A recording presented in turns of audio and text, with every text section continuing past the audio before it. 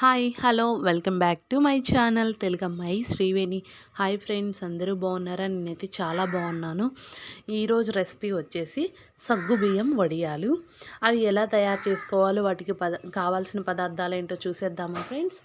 ఇప్పుడైతే మనం బియ్యం పిండిని ఇలా వాటర్గా కలిపి పెట్టుకున్నాం అన్నమాట.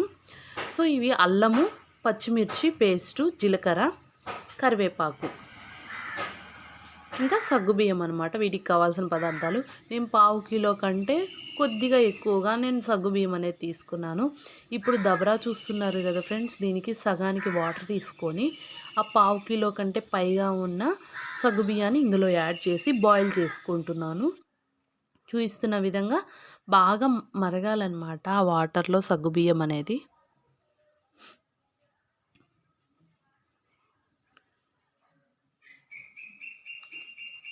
సో సగ్గుబియ్యం వడియాలైనా కానీ నార్మల్ వడియాలైనా చాలా రకాలు ఉన్నాయి ఫ్రెండ్స్. ఇంకా మరిన్ని ఇంట్రెస్టింగ్ వీడియోలతో మీ ముందుకు వస్తాను. చాలా ఈజీగా కూడా మనం తయారు చేసుకోవచ్చు. దీని ముందు వీడియోలో ఏంటంటే మనం బియ్యపు వడియాలు ఎలా చేసుకోవాలో ప్రొసీజర్ చూపించాను. సేమ్ అదే విధంగా అనమాట. ఇప్పుడైతే బాగా కొంచెం దగ్గర పడింది. ఇప్పుడు నేను అల్లము, పచ్చిమిర్చి పేస్ట్ అనేది వేస్తున్నాను.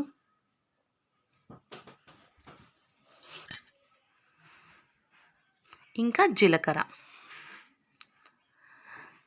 సో వడియాలు అనేవి కూడా చాలా రకాలు ఉన్నాయి. అది కూడా చాలా ఈజీ ప్రొసీజర్ అనమాట.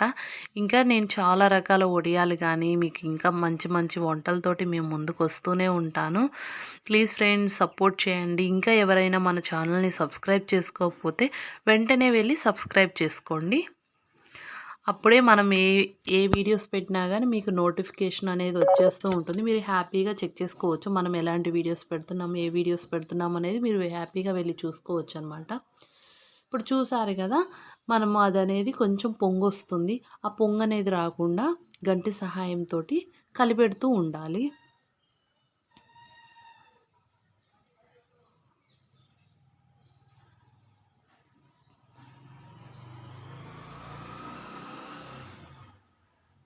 సో ఈ ప్రొసీజర్లో ఏంటంటే సగ్గుబియ్యము వాటర్ కొంచెం మరగడమే కొంచెం లేట్ అవుతుంది. మిగతా ప్రొసీజర్ అంతా చాలా సింపుల్ అనమాట.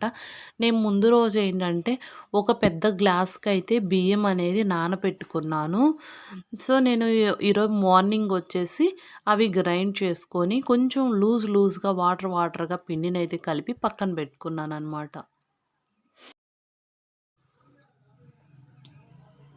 ఇప్పుడు ఇలా చూపిస్తున్న విధంగా బాగా అయితే బాయిల్ అవ్వాలన్నమాట సగ్గుబియ్యం అనేది. ఇప్పుడు మనము దీంట్లో కరివేపాకు అనేది యాడ్ చేసుకుందాము. కరివేపాకు ఒక 10 రెమ్మల వరకు వేసుకోండి ఫ్రెండ్స్. టేస్టీగా కూడా ఉంటుంది. చాలా సింపుల్ ప్రొసీజరే. అవి బాగా డ్రై అయ్యాక చాలా అంటే చాలా టేస్టీగా ఉంటాయి. మనం నూనెలో వేస్తే బాగా పొంగుతాయి అన్నమాట.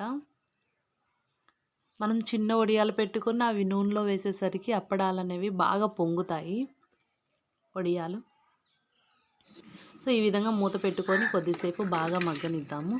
సో చూసారు కదా ఫ్రెండ్స్, ఒక 5 నిమిషాల తర్వాత గింజలు బాగా దగ్గర పడింది.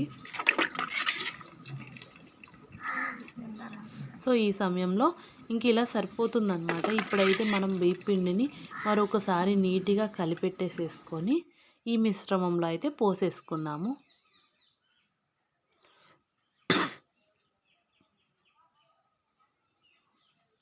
ఇలా సరిపోతుందన్నమాట. ఇప్పుడు మిశ్రమం మనం బియ్యం పిండి కలిపెట్టుకున్నాం కదా ఫ్రెండ్స్, దాన్ని అయితే ఒక్కసారి ఇందులో మిక్స్ చేసేసుకుందాము. చూస్తున్న విధంగా వాటర్గానే ఉండాలన్నమాట. చూసారు, చేతిలో పట్టుకుంటే ఇలాగ జారిపోయేటట్టు పిండి.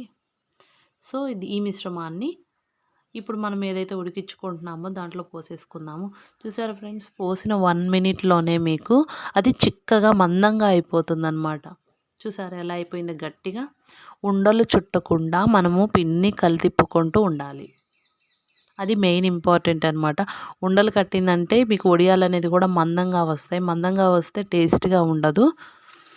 సో ఆయిల్ కూడా ఎక్కువ పీల్చేసేసుకుంటుంది. అది మీకు పల్చగా ఉంటే చాలా బాగుంటుంది. ఇప్పుడైతే ఒక క్లాత్ని నీట్గా క్లీన్ చేసుకొని ఇలా పరుచుకోవాలి. పోసేస్తా ఇంకా సో ఒక్కొక్క గరిటె సహాయంతో ఇలా చూపిస్తున్న విధంగా వడియాలు క్లాత్ మొత్తము పరిచేసుకోవాలన్నమాట. ఈ వడియాలు పెట్టే టైంలో కూడా ఫాస్ట్గా పోసేసుకోవాలి. ఎందుకంటే వేడి మీద ఉంటుంది, ఉండలు కట్టేస్తుంది. ఉండలు కట్టేస్తే ఇంక మళ్ళీ మనకి పనికిరాదనమాట పిండి అనేది. సో ఈ విధంగా మనం వడియాలనేది క్లాత్ మొత్తం పరుచుకోవాలి. ఇవి వన్ డే మొత్తం బాగా డ్రై అయ్యాక ఈవినింగ్ టైంలో కొంచెం వాటర్ చల్లేస్తే క్లాత్ మొత్తం వడియాలు నీట్గా బయటకు వచ్చేస్తాయి. వాటిని ఒక 2 రోజులైతే బాగా ఎండనిచ్చేసేసి ఇలా స్టోర్ చేసుకొని ఎప్పుడు కావాలంటే అప్పుడు వేయించుకొని తినొచ్చు. ఈ వీడియో కనుక మీకు నచ్చినట్లయితే ప్లీజ్ సబ్స్క్రైబ్ చేసుకొని మన ఛానల్ని ఫాలో అవ్వండి ఫ్రెండ్స్. Bye friends.